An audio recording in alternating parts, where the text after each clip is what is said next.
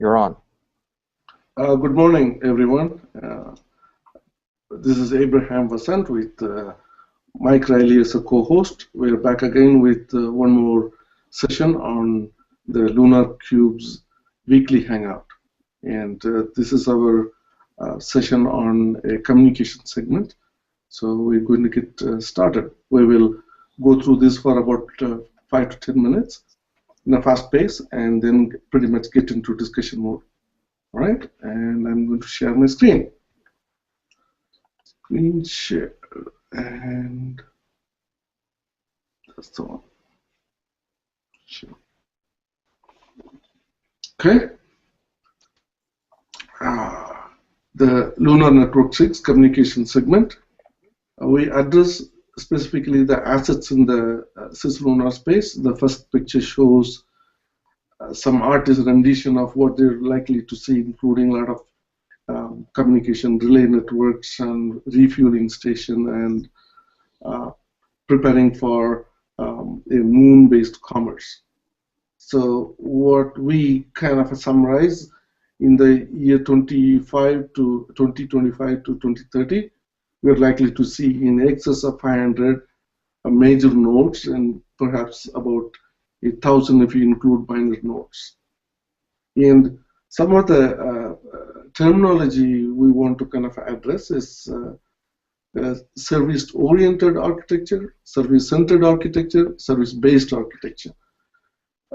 There are lots of slight differences in the way people use it and define it. And why I brought this up? Because NASA's SCAN laboratory, SCAN lab, refers that as a service-based architecture. Okay.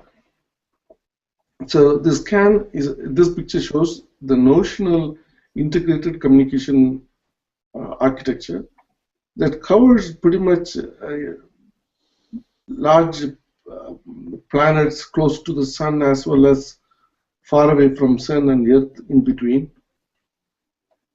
And you see these microwave links coded in red, optical links coded in blue, and NISN I don't understand at this moment. But generally, the services provide integrated service-based architecture, space internet networking, which is DTN and IP, and international interoperability and significant increases in the bandwidth. These are the few things that we were looking for in the Deep Space Network information system.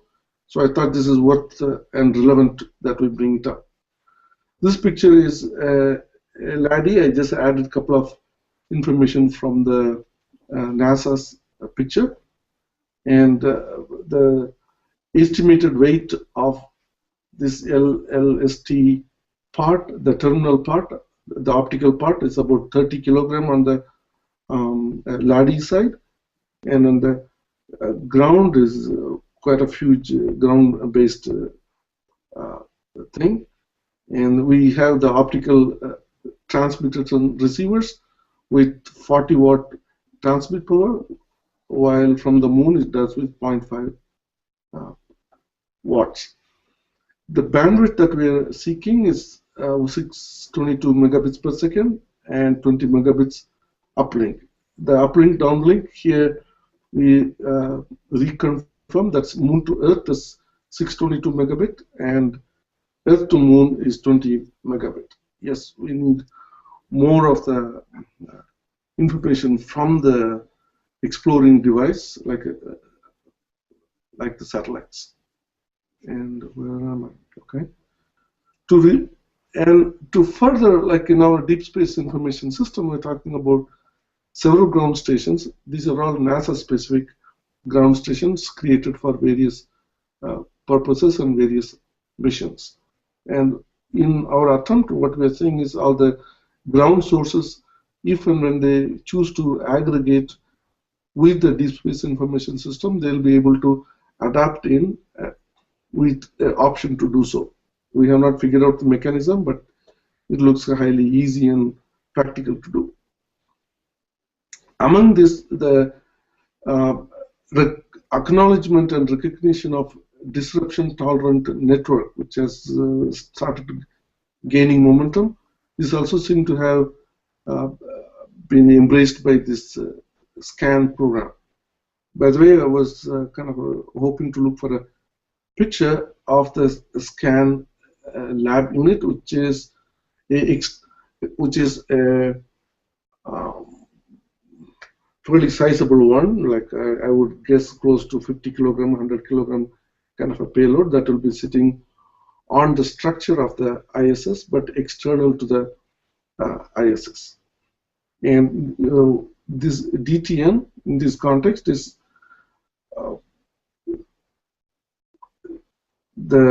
to lay the DTN foundation for the future internetworked space operations. So they kind of show the various things that happen on the ground and independent autonomous segments, as well as some of the infrastructure which are existing, including the deep space network. The Earth domain picture it shows here broadly depends on the TDRS infrastructure, and it's able to integrate several LEO-like missions, and it has a trunk line to the moon-based infrastructures, which are in orbital resources in the moon, and hopefully there's somebody like an aggregator and provide relay services down there. Okay. Likewise, in moon, there is a set of satellites expected. They will have relays to interwork between them, and when they have to reach a distance like Earth, they will have probably the RF link as well as optical link, and optical link becoming more and more popular. In this data rate evolution it's talking about, history starts from 1950, 1960, and starts with the S-band. And this particular chart, I found it kind of interesting compared to many other charts which are seem to be much different. And around 2000 onwards, the optical communications seem to have been in the R&D stage, indicated by the blue, and is expected to be operational by the 2020s. So we are in the right time frame that when we start itself, we can have a very strong foundation and dependability on the optical systems. So these are some of the inputs I kind of gathered out of this SCAN project. And coming back to our deep space information system, we also need to kind of look at there are several types of resources available, even starting from the suborbital and low Earth orbit and medium Earth orbits and geostationary orbit. So the coverage of the ground, so that we have the maximum 24/7 like approach, is highly possible, and 11:30. It can be accommodated when the deep space information system is architected right.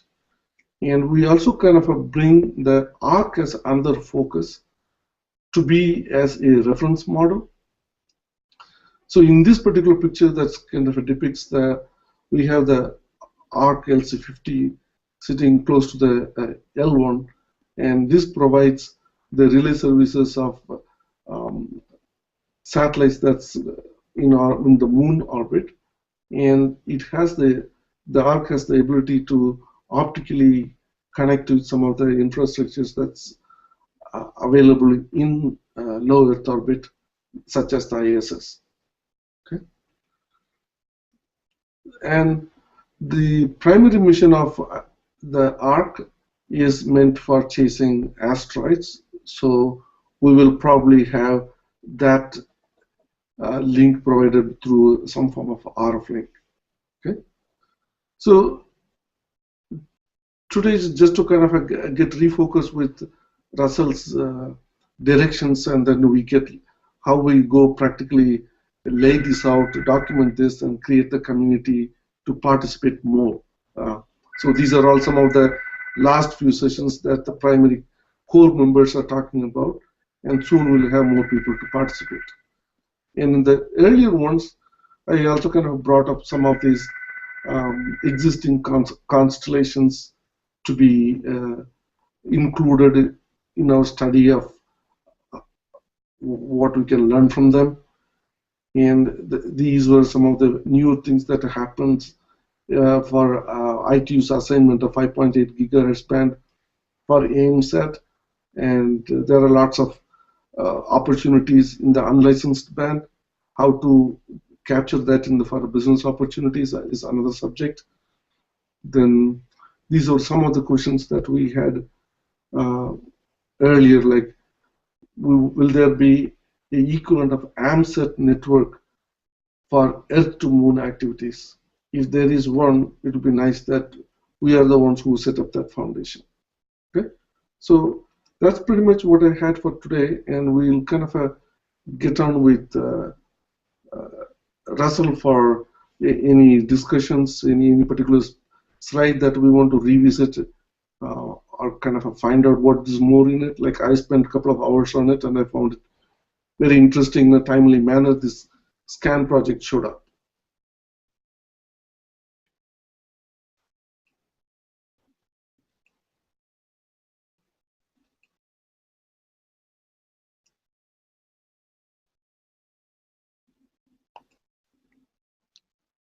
Abraham, what center is organizing the SCAN program? NASA Goddard, I think. Goddard, okay.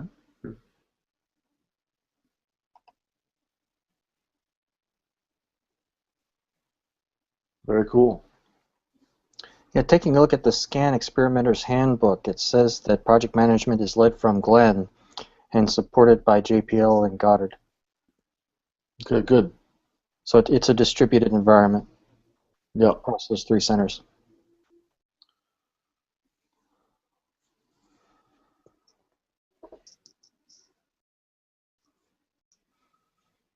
Well, that's good. Yeah. So Pamela was saying we've got all the abstracts we need for the workshop. So we probably can't invite too many new people. But if we sort of get somebody to come to LSA in April as well, this is suitable for both workshops. So we'll definitely want to link into these guys and see what they're doing, and then talk about. So Mike, I don't know if you've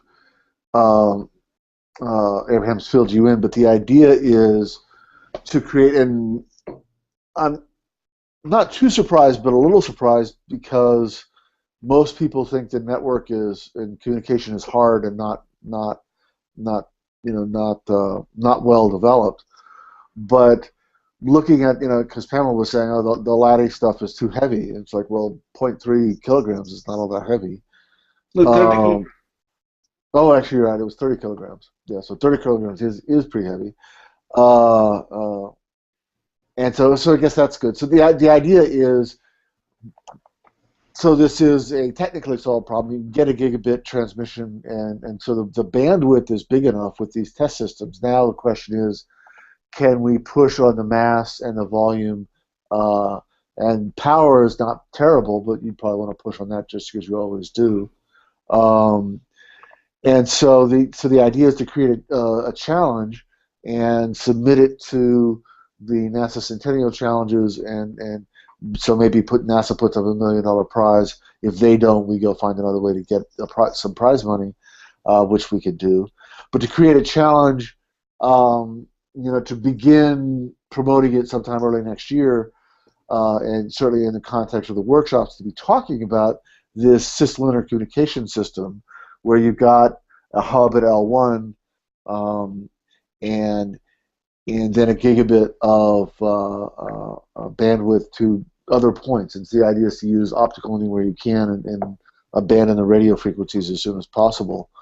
And so that was the other thing they mentioned on that slide that I had noticed is they were talking about the less than 100 picosecond accuracy in time of flight.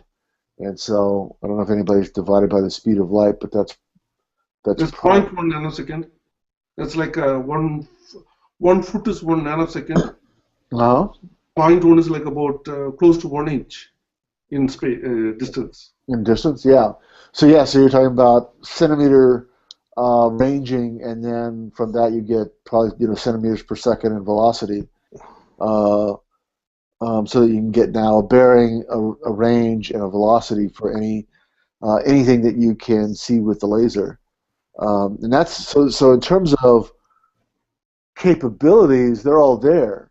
What we would then do is design a challenge that says meet or beat these capabilities. And then we say, yeah, the CubeSat side has to be, say 0.1 watt and 1 kilogram. And then you say the home base could be that 40 watts, or maybe we again choose to push on that. So maybe it's 10 watts for the base station, and then it only relies on optical communications. We never use radio. And then so then we pick some basic parameters, like I said, for mass, power, volume, and bandwidth, and pick some numbers that we think could be reached in 3 to 5 years, and then start running that. So that was the idea, is then using that, assuming, and then making that one of the focal points of this weekly hangout and the special interest group, is just take it as read that you're going to have gigabit bandwidth throughout cislunar space, throughout one Earth radii or one Earth moon radii from L1, which gets you to L4, L5, L2, and the front side of the moon and the Earth. And then start saying, okay, well, how will we build this network? What do we need? What more do we need to do? What kind of pointing accuracy really is required, and can CubeSats do that? Then that becomes other components of the challenge, if they are challenging or not. So then that's the idea. Is now, so one, in terms of the network, you just assume this is there and start working on protocols for beaming power and information, power, information, and communication. The power challenge we'll probably set aside for later, but a lot of the same infrastructure. How do you set up a session? How do you beam the power? How do you charge the different people? Is going to be the same for all four, or a core element of the infrastructure will be the same for all four types of transmission, whether it's communications, web services, power, or navigation. So that's that idea, is that we're creating the internet protocols for those four types of services, and anything else somebody thinks up, but certainly you start with those four, predicated on the assumption that you've got at least a gigabit's worth of bandwidth pretty much anywhere you want to be. And that's not what people are thinking. They're certainly, that's what amazes me when you look at the scan. They talk about it as they mentioned 1.2 gigabits. So some people are aware this isn't that hard of a problem, but all the workshops I've ever been to, people have said, well, communications is slow and difficult, and they're thinking of 9600 baud for CubeSats, and that's got nothing to do with what's possible. So that was the overview of kind of what I wanted to make the fall project about for this special interest group. So help us position the more like once we have the wiki spaces or the Google Drive Go, give a little outline of how do we organize ourselves, so when it comes to dealing with challenges on one side, we don't want to get sidetracked, or the energy going away, or the construction, or the architecting of deep space information system versus the network pieces, particularly things like operation centers, how they are dealt with on one side, and in the space, how the swarms of cubes are managed.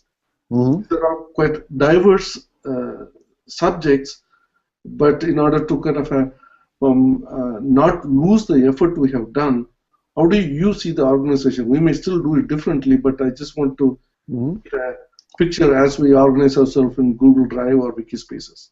Yeah. So my suggestion is that, at least for the next few months, over the course of the fall, we focus on kind of the communications protocols predicated on this point-to-point communication architecture. The challenge will be designed and run by different people or in a different context. We'll just assume that's there and assume that because of that challenge, sometime in the next 5 years, you can really build this network and realistically run it the way we're thinking about it. Similarly, when you get to ground stations and swarm controls, that's there, but I wouldn't focus on that. That's a lot of that is more like ground stations is, maybe there are things you can do in the short run, and you certainly want to talk about it and have some people present on the topic, but fundamentally that's something that's going to evolve over a decade or two, and it's always going to be a moving target, and we're not likely going to be the big voice or the big fish in that room. We'll want to know what's going on, but we're not going to be able to drive it very much. What the terrestrial network looks like, and even the local geo-down network looks like. We'll want to respond to that and give our input, but probably not be able to lead it. Whereas with this, with the optical network at L1, we potentially could lead by creating the challenge, by working with one of the other things I want to do is so NASA has what's called the Lunar Catalyst program, where they have selected 3 of the top lunar lander programs, so Astrobotic, Moon Express, and Maston, and NASA is giving them extra help for free. So NASA's not getting paid, but they're allowing those 3 teams to work with NASA scientists to accelerate their lander programs. I want to create a similar program to probably pick like Moog, Spaceflight, and maybe ULA or somebody else who wants to build one of these ESPA ring carriers, and have NASA then accelerating those, accelerating 3 potential things. We can play a role in coordinating those, right? We, at that level, we can be among the first people, whether we, build it ourselves or whether we are just the people who are coordinating the effort of others. And to some extent, I'm pretty sure Moog is building their ESPA ring because we brought the idea to them. And certainly, if we're talking about how the communications work and how the services work, we then can feed that directly to those people who are actually building platforms. So I think in the context of that, of designing the services, we can actually lead the industry over the course of the next 5 to 10 years. So that's why I think that's a good place for us to start and focus on. We want to be aware of those other things. Swarm control, what you do with the information once you get it, is an interesting problem, and it may or may not be appropriate for the communication SIG beyond how do the nodes talk to each other. So then there will be that. There'll be like the local network and the far network. So there'll be some protocol issues, but I wouldn't expect this group to get overly concerned with what the AI engine that the swarm is using to self-organize. That would be a different SIG. We will create a swarm SIG when we have the bandwidth and the interest to talk about that in detail. Okay. And I also have started in my own system. Mm-hmm. One more, a track, which would be LunarCube node. Assuming that CubeSat, the way it is implemented today, is not quite adequate for the type of things that we want it to be smarter and interoperable and interchangeable. Yeah.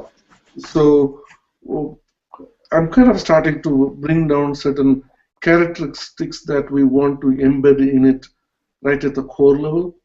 Mm-hmm. And some of them are pretty much like awareness of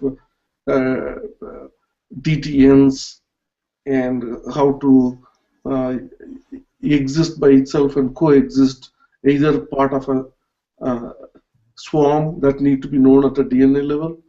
Yeah. Not necessarily dealing with the swarm day-to-day life, but at least to know it belongs to that, or it's an independent charter and its roles and some of those identity modules and how it's supposed to behave, some of those definitions. Okay, so I'm doing that too.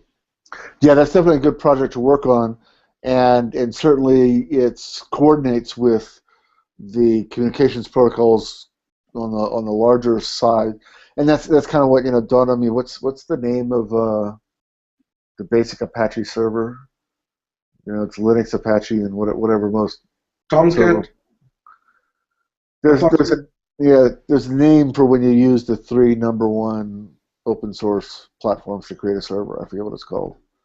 Linux. It's like Linux, Apache, and something else, a database. Cat.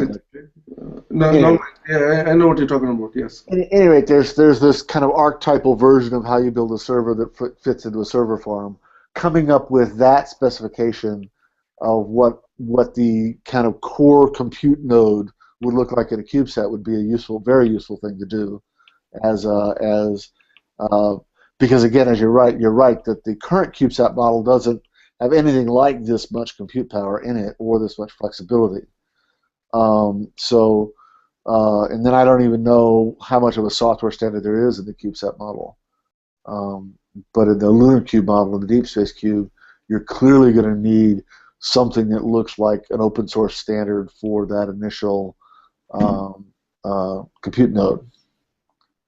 And so that's definitely a very interesting project that, again, we could at least coordinate, if not necessarily lead, and play a role in. And so again, whether that ends up being we spin out our own, CubeOS SIG for that, or for now we just do it amongst ourselves, and all this stuff gets wrapped into this SIG until we have time to split out with different leaders and more people. Yeah. Okay. Thank you for that. And another aspect also it will kind of show up from time to time is the characteristic elements that need to be interfaced to Operations Center. Okay, so although that's like we are not touching the ground segment into detail, but in order to have a command over all the assets in space, we have to have an Operations Center which will crawl through the internet and reach the Deep Space Information Center, and so for that also we need enterprise scale of Operations Center with a lot of automations. And last week Michael brought several of the technologies that he has played with the agents technology. Okay, so that need to be migrated into service orientation or keep the sanctity as agent itself. These are all some of the things that we want to somehow write, like 10 commandments for LunarCubes, 10 commandments for Op Center, and so on. That's the kind of thing that I'm trying to get a feel from you and Michael, so we are more productive and continue to use our reuse the work we have done. Yeah. Michael, any comments from you? Anything specifically that jumped out of this scan program for you? Well, with regard to the scan program, it looks like a very interesting capability to test out some ideas.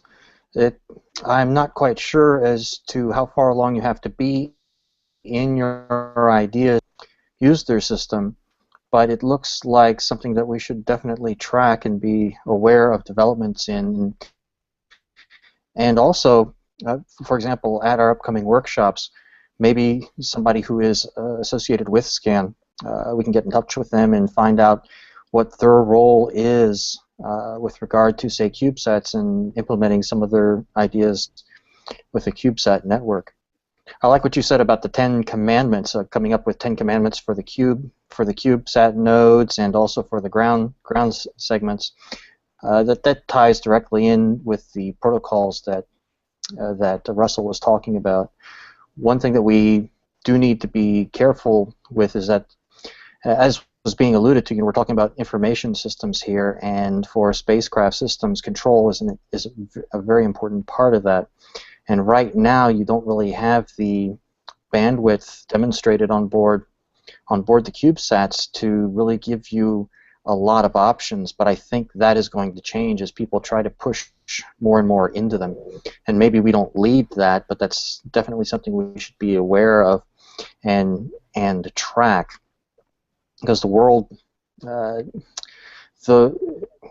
the world does not spin on just bandwidth. When you take a node and you put it into a server farm, there's a bunch of things that are already fixed and designed into the system for you. For example, the the mechanical and the thermal, all of that is pretty much fixed and part of the system's architecture that you're building in there. And when you go to a network of mobile systems which are nearly autonomous, you're losing a lot of that rigidity that you're depending upon to make your system operational. And so yes, we may not be drivers in the systems of autonomy, and we may not have a dog in the fight with regard to this or that particular artificial intelligence engine. But in terms of coming up with those commandments that you're talking about and talking about the protocols, that's going to be an important service I think we can provide. Good, thank you. All right.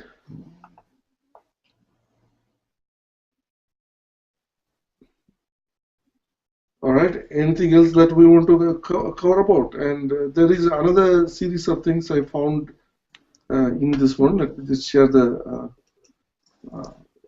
screen. See, when I was studying about the available opportunity to network the ground stations, particularly from the CubeSat point of view, or the amateur band users, as well as professional enthusiasts and what you call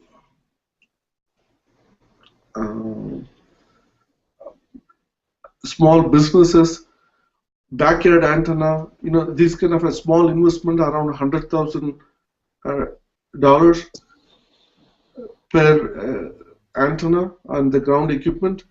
Now they are able to access quite a lot of resources.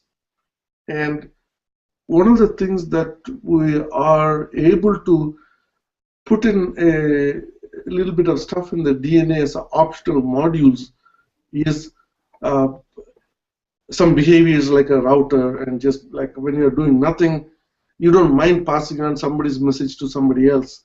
And these are all very cheap to do in the embedded system space, and now they are going to be in the space. So the ability to more or less have a 24/7 coverage using suborbital resources, oceanic resources, and LEO satellites is going to, in my view, expand substantially with several hundreds of CubeSats soon to be there. So that's a little bit of opportunity. I see it exists, but I have not been able to quantify. But this is some of the things we talked much earlier. And again, we may not put a whole lot of emphasis on it, but not to ignore, like the ability to reach from anywhere to anywhere. That includes a lot of suborbital resources, and Google is going big way with their balloons. I have not been able to track what they're up to, but obviously they have done enough homework to justify the balloons which will live only for a few days at a time. And they're sending hundreds of balloons, particularly in the New Zealand area. Okay, so I just want to kind of say we cannot ignore those type of resources accessible and available shortly too. Okay. Interesting. I'm glad that you mentioned the Google balloon project. One question I have is that you mentioned ham radio. Is there something along those lines for the optical technologies? Sort of ham optical communications? I have not come across anything like that yet, but it'll be interesting. I'll keep. Yeah, I think we should keep our eyes and ears open. Mhm. But do you have any exposure to FCC comes in the picture if you do optical communications? I was just going to suggest we should definitely ask Courtney that question, because I know JPL's working on them, and he would certainly know what kinds of licensing is required for optical communications, and I can only hope and imagine that it's much less than for a radio. See, originally it came because of interferences with each other's broadcast. Yeah. But like the laser is almost like point to point, eye to eye. Yeah. We are not interfering in spaces. But over a period of time, FCC gained, started putting nose into the contents of what you said.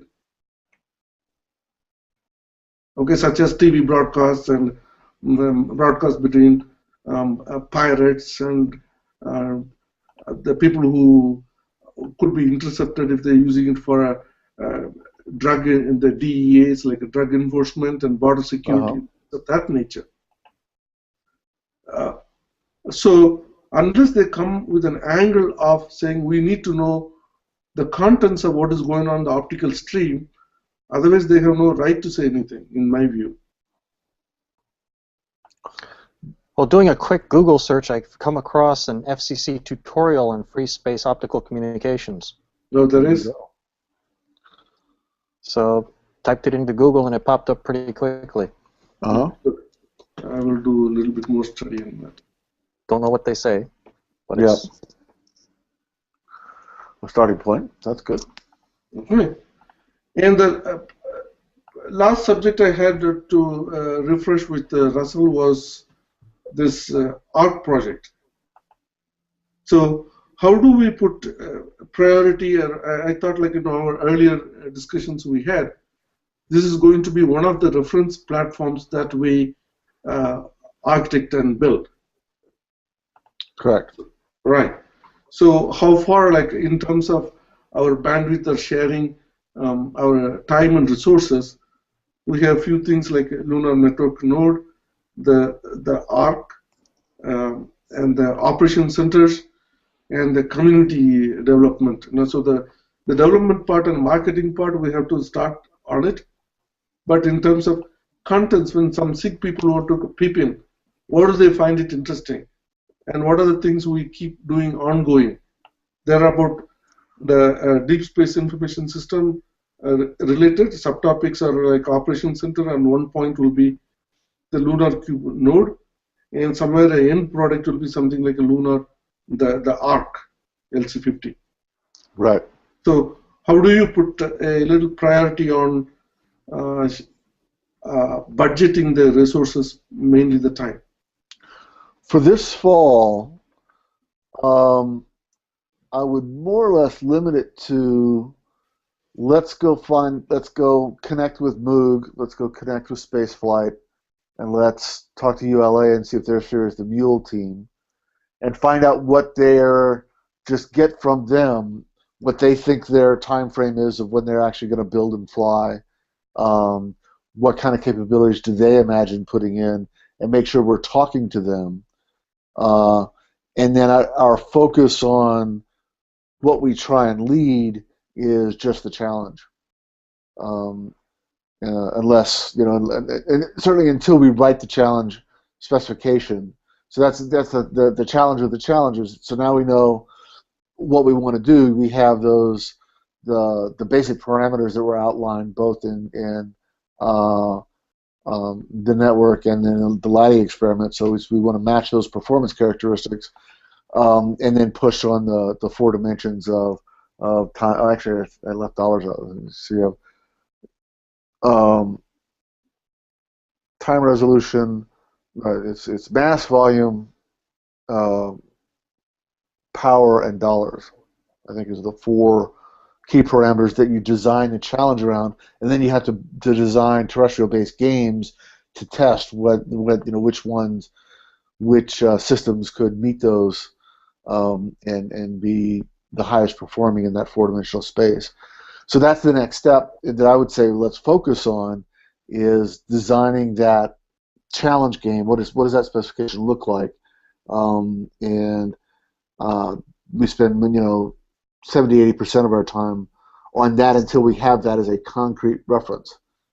And then that's the idea, is whether we win a national grant, whether it becomes a NASA Centennial Challenge, whether we put it on the shelf and maybe don't get around to it for a couple of years, but that's essentially becomes another reference design. We say we want everybody in our group assuming that this capability will exist in 3 to 5 years, and if anybody gets around to running a challenge, I think you can get it done.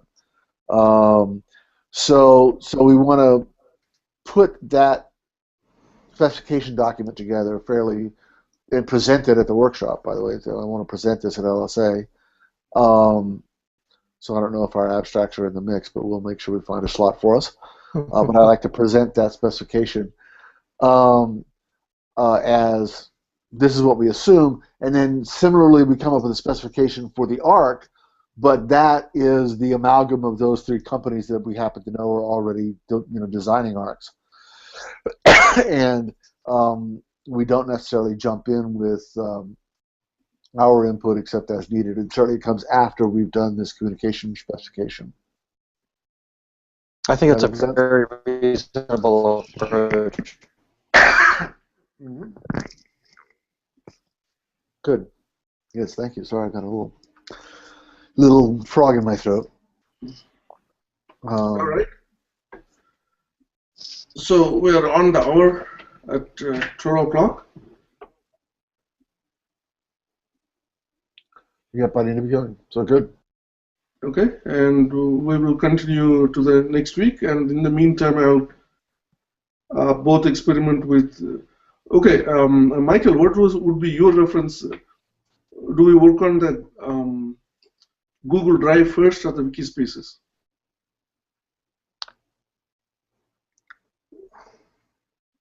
I got a whole bunch of nearly about 20 files or so to put and leave a little comments on it, and we'll mutually editable documents. The Google Drive comes to mind as perhaps a quick and dirty, easier to get going approach. Okay. But I really don't have a solid data or a strong feeling one way or the other. Yeah, I would bet, as Mike suggested, start with the drive, get the information up there, and then you use the Wikispaces to organize it, to create the narrative of what is there. So you'll probably learn something by creating a simple file structure and posting stuff and kind of knowing what are the 20, 30 things that you already have, and then from there we can start creating this narrative of here's the section of the wiki that talks about the ARC, here's the section of the wiki that talks about the challenge as a challenge, here's the section that talks about the communication systems, the optical communication system we're trying to perfect with the challenge. So I would start with, and I don't know, do you know if you can transfer ownership of a drive from one person to another easily? I would assume it's not You too can hard. share read-write privileges pretty easily. Yeah. So I would go ahead and just set up your account and start stashing stuff somewhere, and then we'll have the official corporate account sometime down the road. So yeah, that would be the first thing. Start organizing, and a similar thing on that, Abraham, is go back to that central desktop wiki and find anything in there that you want to port over. Yeah. And do it quick and dirty, but get it out of there so we can shut those down fairly soon. Okay, I'll do that. And then once we have that pile of stuff, then we can start organizing the wiki and the narrative. Okay, so when we create this Google Drive, let's choose a name and we'll stick with that. That will be LunarCubes or like a deep space information system, or I would start with Deep Space Information System. Do that one. okay?